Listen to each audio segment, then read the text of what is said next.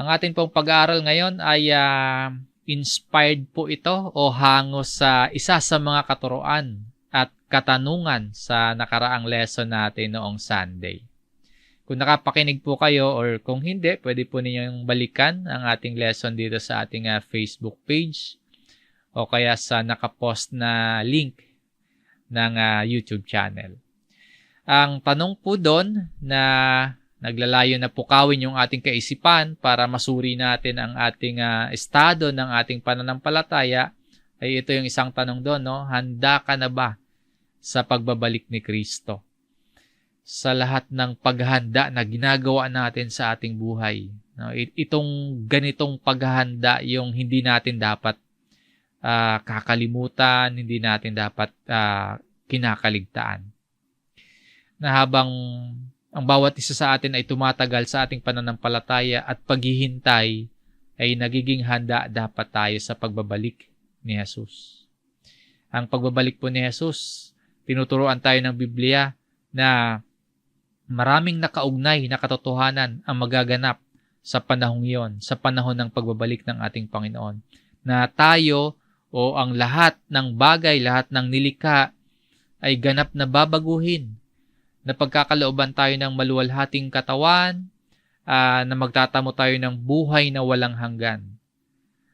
Kung nakakatiyak po tayo na sinasampalatayanan natin si Jesus at merong ebidensyang nakikita sa atin bilang mga tumanggap ng kaligtasan, na nagiging masigasig po tayo sa paggawa ng mabuti, na sa ating pananalig kay Jesus ay hinahayaan natin na baguhin tayo ng Diyos, na binabago po yung ating paraan ng pamumuhay, yung pananalita, yung asal natin, yung mga katangian at pagkilos natin, na yung biyayang tinanggap natin ay sinasanay tayo na mamuhay ng may kabanalan habang hinihintay natin yung muling pagparito ng ating Panginoong Hesus. Bilang mga mananampalataya po ay talagang naghihintay dapat tayo sa muling pagbabalik or kaya sa muling pagparito ng ating Panginoong Hesus. At ngayon po, sa buhay nating ito, magtiwala po tayo sa kalooban ng Diyos habang naghihintay. Ang tatalakayin po natin ngayon, sulat ni Apostle Paul sa mga taga-Roma sa chapter 8, no? Verse 22 hanggang 25. Yan po yung ating main text. Pagbulay-bulayan po natin yung mga mensaheng nakapaloob sa mga verses na iyan. At ang version po ng Biblia na ating gagamitin ay sa Tagalog po. Ang bagong ang Biblia at Revised Tagalog Popular Version. New American Standard Bible naman po yung English version. So Romans chapter 8 verse 22, sapagkat nalalaman natin na ang buong sangnilikha ay sama-samang dumaraing at naghihirap sa pagdaramdam hanggang ngayon. At hindi lamang sangnilikha, kundi pati naman tayo na mayroong mga unang bunga ng Espiritu, na tayo na may dumaraing din sa ating mga sarili sa masidhing paghihintay ng pagkukupkup ang pagtubos sa ating katawan. Sapagkat tayo'y iniligtas sa pamamagitan ng pag-asang ito. Ngunit ang pag-asang nakikita ay hindi pag-asa, sapagkat sino nga ang umaasa sa nakikita? Subalit kung umaasa tayo sa hindi nakikita, hinihintay natin itong may pagtitiis. Sa bahagi po ng sulat na ito ni Pablo na ating binasa, sinasabi sa atin na yung buong sangnilikha ay sama-samang dumaraing at naghihirap. Yung pagdaing at paghihirap, inihahalin tulad sa panganganak.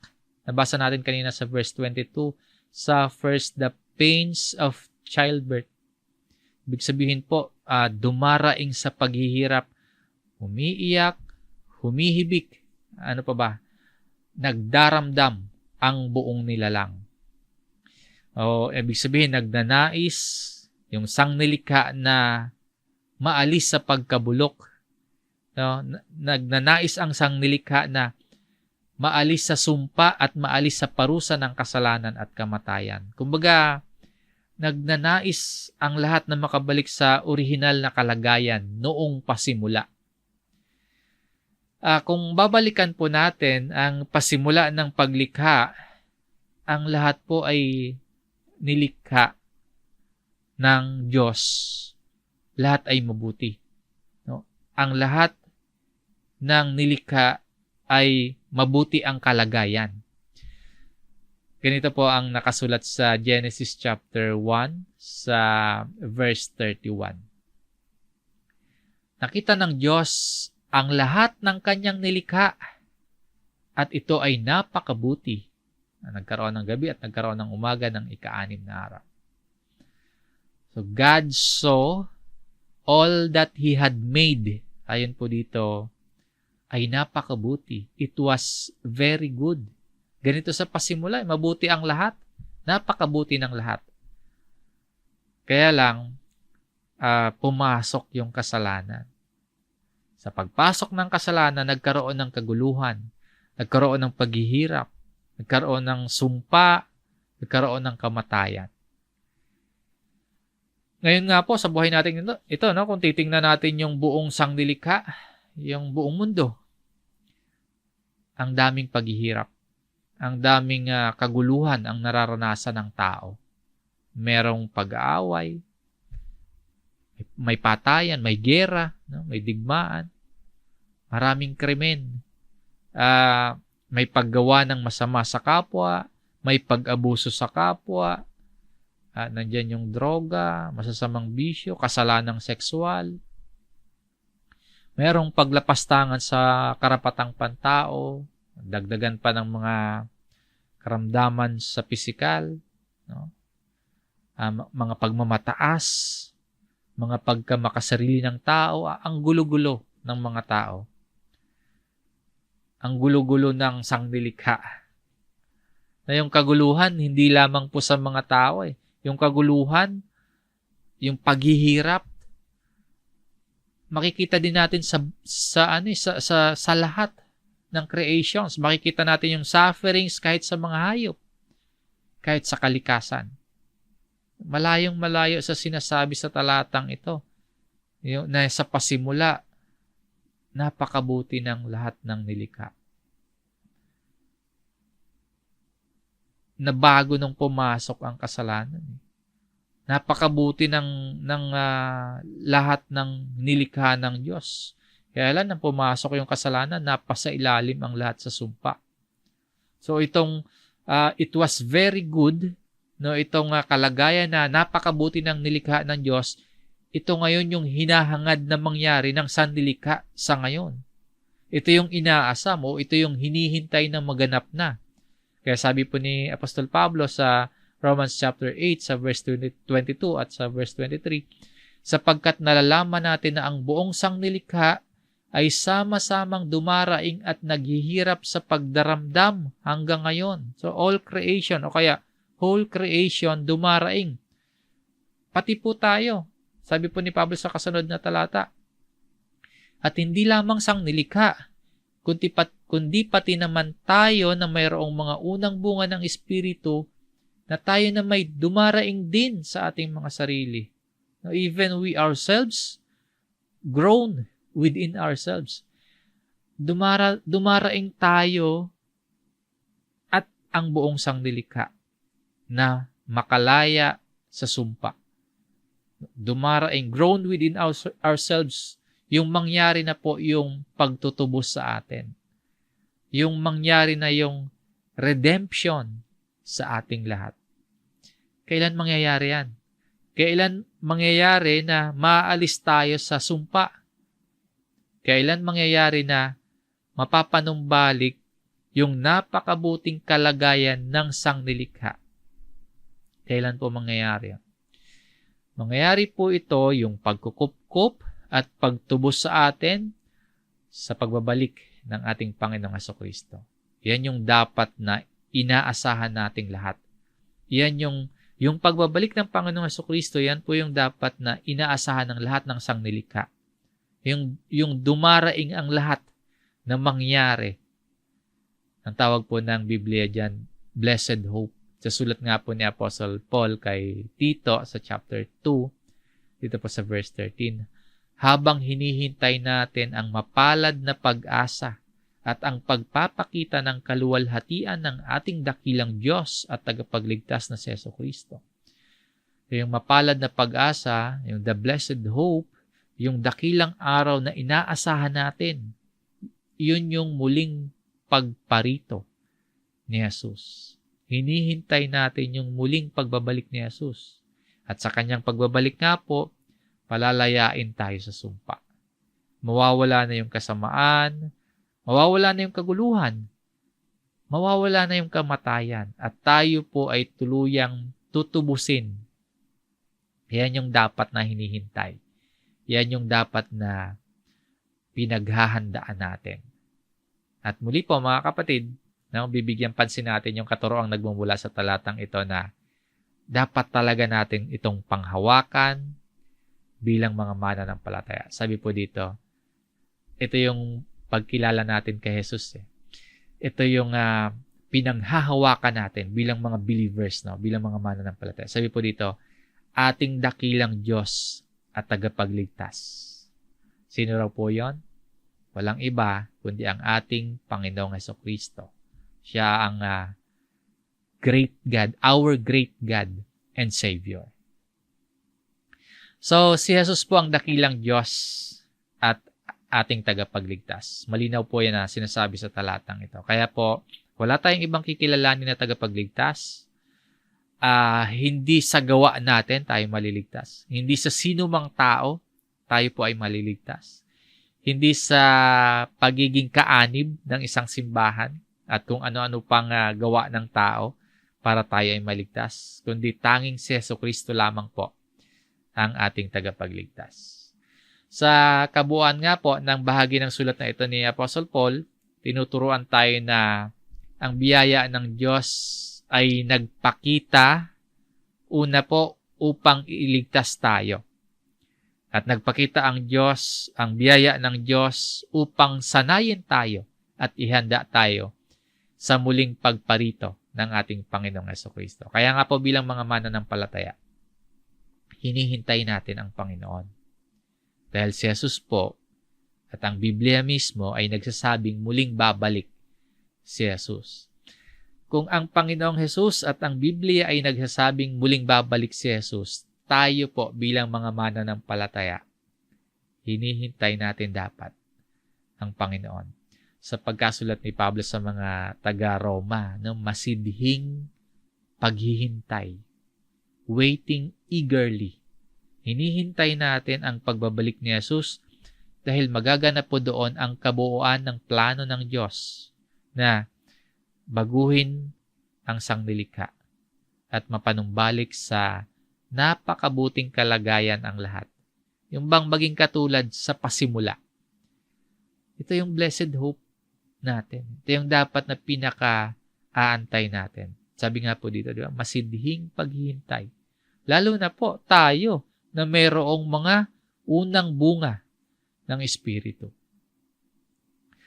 Pinapakita dito sa atin na dapat nasasabik tayo sa muling pagbabalik ni Jesus.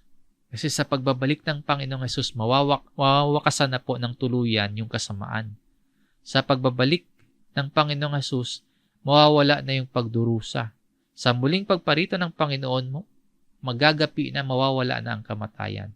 Na itong imperfect nating mundo at imperfect nating kalagayan ay gagawin pong perpekto ng Diyos na mapanumbalik sa pasimula. Na yung lahat po ay mabuti o kaya ang lahat ng sangnilikha ay napakabuti. Ano yung mangyayari sa muling pagparito ni Jesus na masidhing hinihintay ng lahat ng mananampalataya? Sabi po dito, sa masidhing paghihintay ng pagkukup-kup ang pagtubos sa ating katawan or waiting eagerly for our adoption as sons, the redemption of our body. Sa muling pagparito ng Panginoong Jesucristo, hindi niya lang ibabalik sa mabuting kalagayan ang lahat ng nilikha, kundi lulubusin po niya yung pagbibigay sa atin ng karapatan na maging mga anak ng Diyos at bibigyan niya tayo ng maluwalhati at perpektong katawan. Inaantay natin ang lubusang pagkukupkup bilang mga anak ng Diyos, bilang tayo po ay binigyan ng karapatan na maging mga anak ng Diyos. Yung pagkukupkup, merong dalawang yugto po yan. No? Una, mababasa natin dito sa John chapter 1, dito sa verse 12. Subalit ang lahat ng tumanggap sa Kanya, ang Panginoong Jesucristo ang tinutukoy dito, na sumasampalataya sa Kanyang pangalan, ay Kanyang pinagkalooban sila ng karapatan na maging mga anak ng Diyos. Ito po yung unang pagkukupkup sa atin. Noong tinanggap natin at sinampalatayanan si Jesus, tayo po ay binigyan ng karapatan na maging mga anak ng Diyos. So lahat po ng tumanggap at those who believe, pinagkalooban ng right na maging mga anak. Sa buhay natin ito ngayon, kinupkup tayo. Tinubos tayo, binigyan ng karapatan. Yan yung unang yugto. Yung ikalawang yugto ng pagkupkup o yung tuluyang pagkukupkup sa atin bilang mga anak ng Diyos, nabibigyan tayo ng katawan na perpekto, ay mangyayari po sa muling pagparito ni Kristo. Kaya sabi sa ating main verse, na tayo na may dumaraing din sa ating mga sarili sa masidhing paghihintay ng pagkukupkup, ang pagtubos sa ating katawan. Kaya sabi niya, even we ourselves, grown within ourselves, itinuturo sa atin o ipinapaalala na itong katawan natin ngayon, gaano man yan kakisig o kaganda, gaano man kalinis o kalakas ngayon, pahalagahan natin yan. Iingatan po natin ang ating katawan. Pero darating po ang oras, hihina, magkakasakit, mamamatay yung katawan natin ito. Maagnas, mabubulok, mawawala, at magiging alabok. Pero sa muling pagparito ng ating Panginoong Hesus, ito yung blessed hope natin.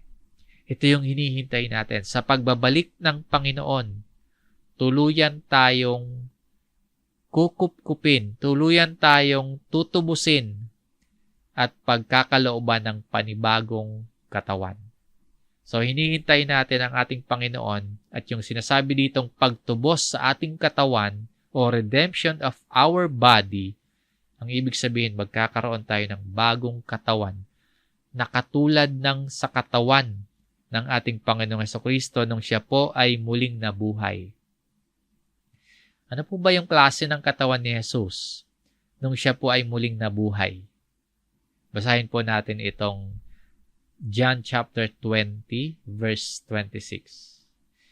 Makalipas ang isang linggo, muling nagkatipon sa loob ng bahay ang mga alagad at kasama nila si Tomas.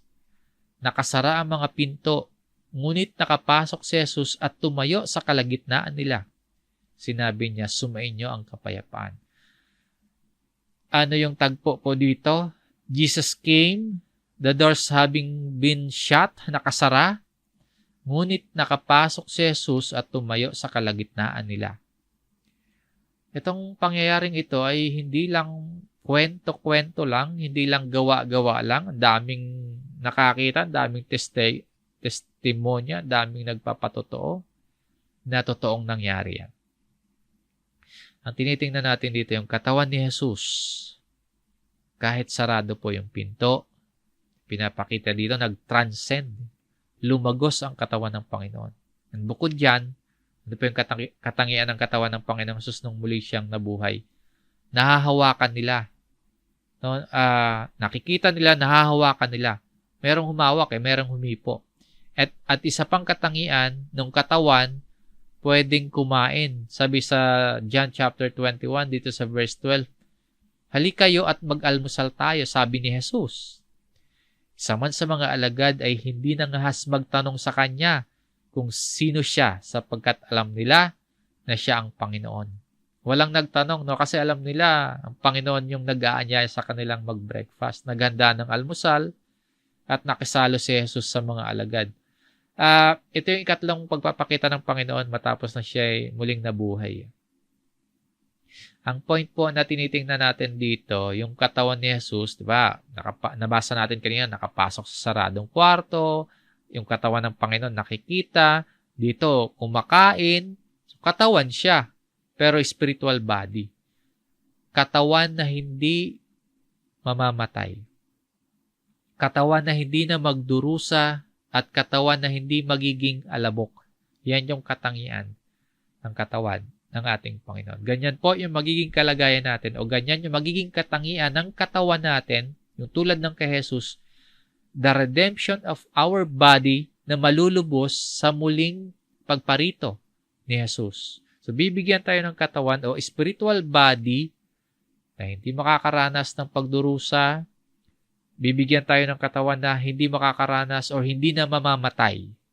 Bibigyan tayo ng katawan ng katulad sa Panginoong Hesukristo. Ang ganda ng pag-asa ng muling pagkabuhay. No? Kung nanamnamin natin ang mabuti, ang ganda ng pag-asa ng muling pagkabuhay. Hinihintay natin yung muling pagbabalik ni Jesus at umaasa tayo sa muling pagkabuhay natin. Yung pagbabalik ng Panginoong Hesukristo at yung pagkatamo natin ng muling pagkabuhay, kaalinsabay po nun, hinihintay din natin yung gagawing pagbabago ng Diyos sa buong sangnilikha. Kaya nga sa ating main verse, sapagkat nalalaman natin na ang buong sangnilikha ay sama-samang dumaraing at naghihirap sa pagdaramdam hanggang ngayon. At hindi lamang sangnilikha, kundi pati naman tayo na mayroong mga unang bunga ng Espiritu na tayo na may dumaraing din sa ating mga sarili sa masidhing paghihintay ng pagkukupkup ang pagtubos sa ating katawan. So, sinasabi na waiting eagerly for our adoption as sons, the redemption of our body. Pinapakita sa atin nga ng sulat na ito ni Apostle Paul na babaguhin ng Diyos ang lahat. Tutubusin ang lahat, palalayain ang lahat ng sangnilikha. Babaguhin ang lahat at gagawing walang pagkasira o walang pagkabulok. Yan yung pag-asa na ibinibigay sa atin. Sabi po ni Pablo sa verse 20, nabigo ang sangnilikha, hindi dahil sa kagustuhan nito, kundi dahil itinulot iyon ng Diyos. Gayunman, nagbigay rin siya ng pag-asa na ang lahat ng nilikha ay pinalaya ng Diyos upang hindi na ito mabulok at upang makabahagi ito sa maluwalhating kalayaan ng mga anak ng Diyos. Sinasabi po sa atin dito, tutubusin ng Diyos ang sangnilikha, pinalaya para hindi mabulok at upang makabahagi sa maluwalhating kalayaan. So, kaalinsabay nga po na tayo ay tinubos at bibigyan ng maluwalhating katawan, ganun din po ay tutubusin at babaguhin ng Diyos ang lahat-lahat, ang lahat ng nilikha. Ang bagong kalagayan, ang bagong sangnilikha, ang bagong daigdig ang ibibigay ng Diyos sa Panginoong Hesus at sa mga anak ng Diyos.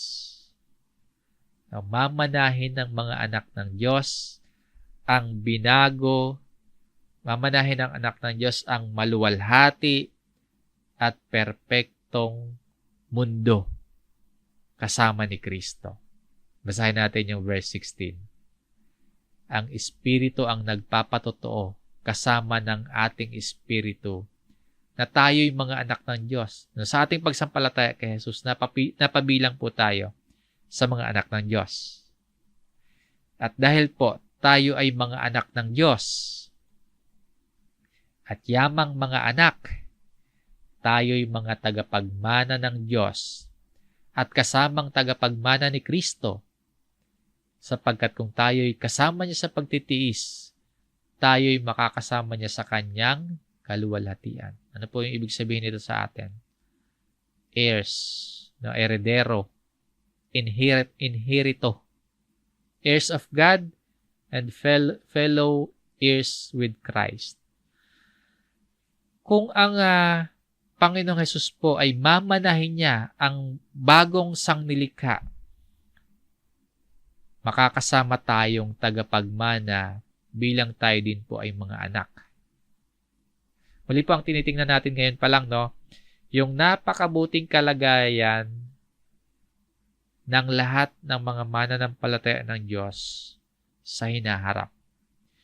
Kung pagmamay-ari ng Panginoong Hesus ang lahat-lahat, kasama tayong tagapagmana ni Kristo.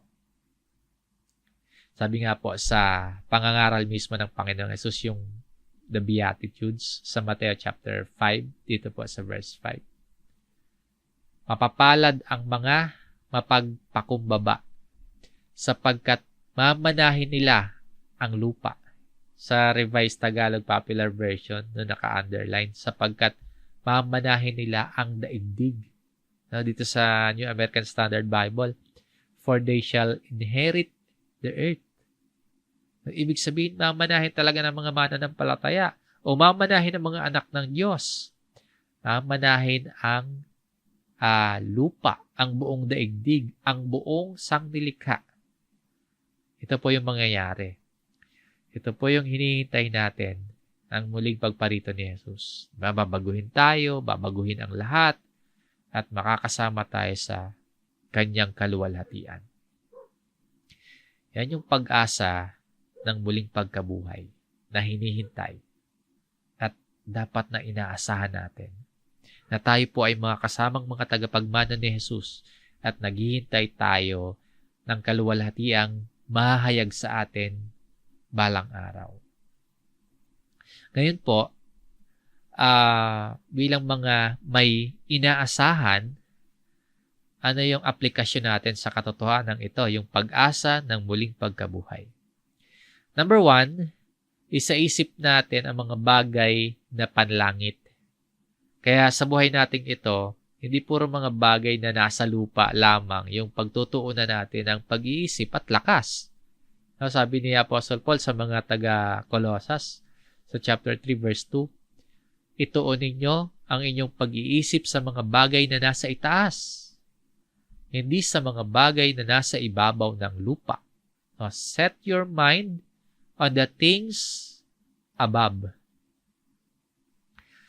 Ang isang ibig sabihin ito, ang lahat ng mga ginagawa natin ngayon sa buhay na ito, pag-isipan po natin kung may kaugnayan ba sa mga bagay na panlangit.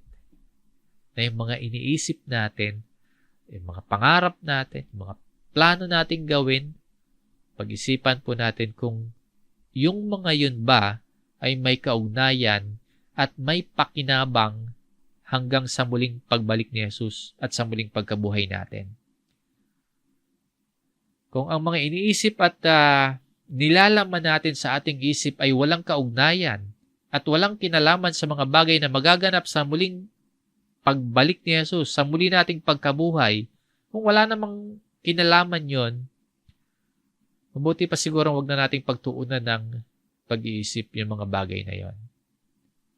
So, salain po natin yung ating mga iniisip at mga ginagawa. May kaugnayan ba yun? Yung mga iniisip ba natin, yung mga ginagawa ba natin, may halaga ba yun? May kaugnayan ba yun sa buhay na walang hanggan? Baka puro earthly things o kaya puro mga bagay lang dito sa lupa yung iniisip natin. Makuha man po natin ang lahat ng yan. Kung hindi naman natin isa sa isip yung mga bagay na nasa itaas, baka po malugi tayo sa huli. Baka matalo din tayo sa huli. Kaya, isaisip natin yung mga bagay na panlangit. Kalawa, umasa sa bagay na hindi nakikita. Sa Romans chapter 8, dito sa verse 24, sapagkat tayo'y iniligtas sa pamamagitan ng pag-asang ito, ngunit ang pag-asang nakikita ay hindi pag-asa, sapagkat sino nga ang umaasa sa nakikita. Ibig sabihin po, yung mga bagay na hindi natin nakikita, katulad ng mangyayari sa hinaharap, Sa muling pagparito ng ating Panginoong Hesus, yung pag-asa natin, doon natin inilalagay. Okay? Sa mga hindi natin nakikita, tulad ng mangyayari sa future, sa pagbabalik ng Panginoong Hesukristo, yung pag-asa natin, doon natin ilalagay. We hope for what we do not see. Ano ba yung mga bagay na hindi natin nakikita? Yung muling pagkabuhay natin, hindi pa natin nakikita. Yung magiging kalagayan natin sa hinaharap, sa pagbabalik ng Panginoong Hesus, hindi pa natin lubos nakikita. Yung mabuting kalagayan ng tutuluyan natin, pananatilihan natin, hindi pa natin nakikita. Yung buhay na walang hanggan, lahat po yan, hindi pa natin nakikita. Pero sa mga bagay na yan, diyan natin dapat ituon. Diyan natin dapat itinutuon yung ating pag-asa. Na sa lahat ng ating mga gagawin ngayon, dito sa lupa, dito sa buhay nating ito, iuugnay natin sa mga bagay sa hinaharap. Katulad po yan ng mga investment natin sa buhay na ito. Diba, nagtatrabaho tayo, nag-iipon ka para pagdating ng araw, mapapakinabangan mo yung mga pinaghirapan mo ngayon. Nagnenegosyo ka ngayon kasi iniisip mo darating yung araw, kikita ka. Parang ganun din yan. Naghahanda ka para sa katawan mo, para sa gamit mo. Kumbaga, nag-i-invest ka sa mga insurance dahil alam mo, pagdating ng araw, mapapakinabangan mo yan. Sa hinaharap, yung mga investment mo ngayon, naniniwala ka na papakinabangan mo. So, ganun din po, no? Yung pag-asa natin sa mga bagay na hindi natin nakikita, kahit hindi pa natin nakikita yung resurrection natin, yung eternal life natin, hindi pa natin nakikita. Kahit hindi pa natin nakikita yung mamanahin nating mabuting tirahan, yung maluwalhating kalagayan natin, kahit hindi pa natin nakikita yung mga yan, yung mga ginagawa natin ngayon sa buhay na ito, bunga ng ating pananampalataya kay Jesus. Alam nating may pakinabang tayo, na nagsusumikap tayo sa ating pananampalataya at masugid tayo sa paggawa ng mabuti dahil alam nating merong eternal benefit yan sa atin. So, umasa po tayo sa mga bagay na hindi natin nakikita. Paano ba natin kukonsumuhin yung buhay natin ngayon? Paano ba natin gagamitin yung mga kaloob sa atin ng Diyos? Konsumuhin natin yan at gamitin natin yung ating buhay at anumang meron tayo para sa patuloy nating paglilingkod sa Diyos. Gamitin natin yung ating buhay, makakayahan natin, yung mga pagkakataon natin, maging mga talento natin at lakas natin para mas makilala natin ang Diyos at maakay din natin ang iba patungo sa Diyos. Gamitin natin yung ating buhay, yung oras na meron tayo, kakayahan, maging pananalapi para sa lalong pagsulong po ng Ebanghelyo at lalong pagkahayag ng kaharian ng Diyos. Yung mga gawain po na yon, yan yung ating eternal investment. Umasa tayo sa bagay na hindi nakikita. Ang muling pagkabuhay at buhay na walang hanggan. Katlo po, matyagang maghintay para sa ating tunay at mapalad na pag-asa. Ano po ba yung ating blessed hope? Binasa natin kanina, no? Dahil ito po yung ating tunay na pag-asa. Yung pag-asang hinihintay natin, yung muling pagparito ng ating Panginoong Hesukristo. Kung saan kapag naganap yon, na bumalik ang ating Panginoon, kapag dumating na si Jesus, lubusang babaguhin tayong lahat at pagkakalooban tayo ng bago at napakabuting kalagayan. Basahin natin muli ito. Habang hinihintay natin ang mapalad na pag-asa at ang pagpapakita ng kaluwalhatian ng ating dakilang Diyos at tagapagligtas na si Jesucristo. Ito po yung mapalad na pag-asa. Ang pagpapakita ng dakilang Diyos at ating tagapagligtas. Ang pagpapakita. Yung the blessed hope. So tayo po, habang hinihintay nating mangyari ito, bago po mangyari ang muling pagparito ni Jesus, dapat nating gampanan yung ating mga tungkulin bilang tayo po ay mga kasangkapan, tayo po ay mga alipin, bilang tayo po ay mga naglilingkod sa ating Panginoon, gampanan natin yung ating mga tungkulin. Ang bawat isa po sa atin, merong role na dapat gampanan sa ating family, sa ating church, sa ating community. Tuklasin natin yung mga yon. Gampanan natin, pagtulungan natin, at matyagang maghintay para sa ating tunay at mapalad na pag-asa. Sabi nga po ni Pablo sa Romans 8:25. Subalit kung umaasa tayo sa hindi natin nakikita, hinihintay natin itong may pagtitiis. With perseverance, we wait eagerly for it. Mahirap yung maghintay. Mahirap yung mamuhay ng buong katapatan bilang mga Kristiyano sa panahon nating ito. Mahirap ipanatili sa ating isip yung mga bagay na panlangit. Maraming distractions no? Maraming temptations. So mahirap maghintay, kaya maging matibay po tayo sa pakikipaglaban sa hindi makadiyos. Maging matibay po tayo sa pakikipaglaban sa kasamaan, na maging matagumpay po tayong mamuhay ng may kabanalan. Habang naghihintay tayo sa muling pagparito ng Panginoon, habang naghihintay tayo sa ating muling pagkabuhay, habang naghihintay tayo sa maluwalhating kalagayan, matyaga at may pagtitiis na maghintay at patuloy na maglingkod sa Panginoon.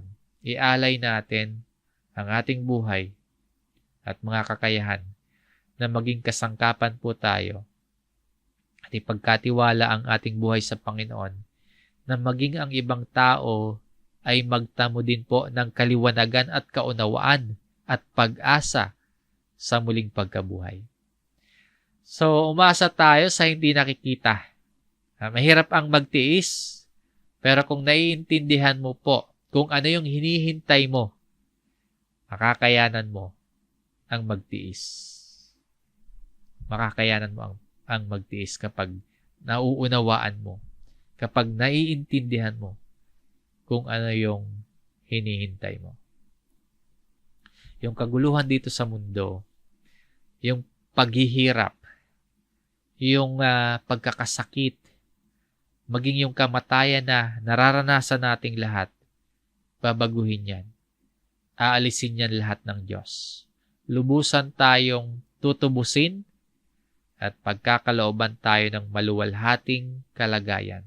Magaganap ang lahat sa muling pagparito ng ating Panginoong Hesus. Kaya mga kapatid, manatiling mananampalataya. Manatili po na isinasabuhay ang mga katuruan ni Hesus. Meron tayong hinihintay, ang magandang pag-asa ng muling pagkabuhay. Hanggang dito po ang ating pag-aaral mga kapatid. Maraming salamat po sa inyong pakikinig.